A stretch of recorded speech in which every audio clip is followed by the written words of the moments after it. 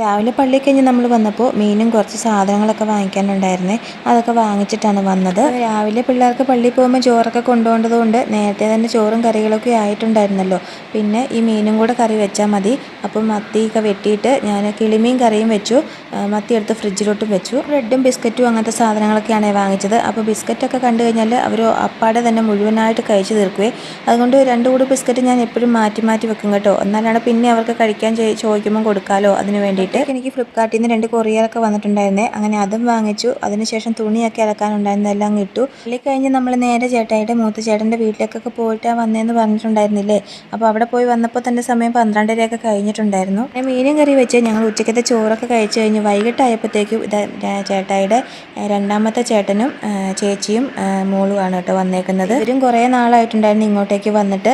ഇപ്പോൾ മാങ്ങയൊക്കെ പറിക്കാൻ വേണ്ടിയിട്ട് വന്നതാണ്. അവരൊക്കെ ഡൈനിങ് ഹാളിൽ ഇരുന്നാണ് കഴിക്കുന്നത്. കുഞ്ഞാഞ്ഞി ഇവിടെ വാർത്ത കണ്ടിരുന്ന് കഴിക്കാമെന്ന് പറഞ്ഞിട്ട് ഹാളിലേക്ക് വന്നിരുന്നതാണ്. മാങ്ങയൊക്കെ പറിക്കാൻ വേണ്ടിയിട്ട് വന്നതാണ്.